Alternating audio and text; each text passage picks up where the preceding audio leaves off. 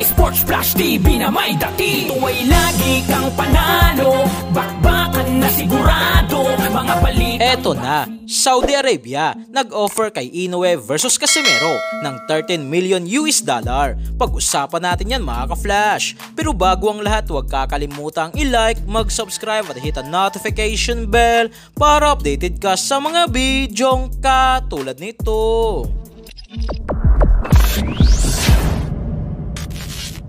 Isang araw mga ka-flash, si former 3 Division World Champion angas ng Pinas, General Cuadro Alas Casimero bilang nangungunang kandidato kay pound for pound at kasalukuyang Super Bantamweight Undisputed World Champion Naoya the Monster Inoue bilang kanyang susunod na makakalaban sa isang super fight sa London ngayong buwan ng September 2024. Naayon nga po dito sa Saudi sports promoter His Excellency Turki Al Sheikh ay may offer nga raw sila kay Naoya the Monster Inoue para sa pinaplanong laban sa United Kingdom na ang main event ay si Anthony Joshua. Pero ang malaking katanungan dito na kahit napakalaki ng offer na $13 million na purse money sa Inoue versus Casimero, ay papayag kaya si Inoue dito na maliban sa hindi ito sa bansang Japan na kailangan mag-travel papunta sa London, ay undercard pa ito o common event sa laban ni Anthony Joshua.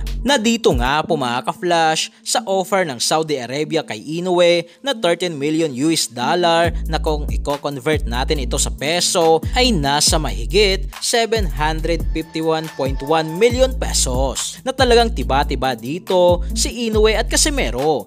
Base nga po sa records ni Inoue mga ka-flash ay 3 beses pa lang nga po sa boxing career ni Inoue na lumaban ito sa labas ng kanyang lungga sa Japan, na yan nga po ay 2 beses sa bansang Amerika at 1 beses sa Glasgow, Scotland. So dito nga po mga ka-flash, matapos dispatchahin ni Inoue si Luis Pantera Nery sa round 6 nitong nakaraang linggo, ay plano nga po ni Inoue na lumaban sa buwan ng September kontra kay Sam Goodman. Subalit dahil sa ayaw pa ni Goodman at hindi rin ito sikat sa United Kingdom, ay ikis muna si Goodman sa September. Pangalawa dito na posibleng makakalaban ni Inoue ay si British boxer Teji Duhaney. Subalit ayon dito sa Saudi Arabia ay maliban sa hindi naman ito kilala sa UK, ay matanda na rin ito o wala na rin sa prime.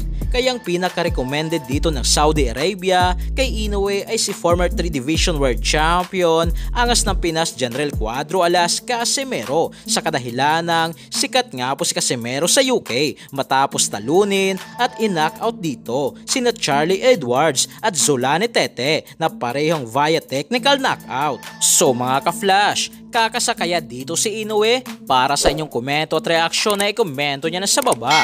Hanggang sa muli, ito ang Sports Flash TV. Sports Flash TV na may dati. Ito ay lagi kang panalo, bakbakan na sigurado, mga balitang boxing. Ito laging bago, balitang boxing, laban na kasado. Di papahuli pagdating sa bakbakan, mga pambato na patuloy ang laban. Sasaliksikin ang bawat babalita, talagang diin, bawal ang mahina sa loob ng ring. Merong pambihira, mga kamao na nagiging bida.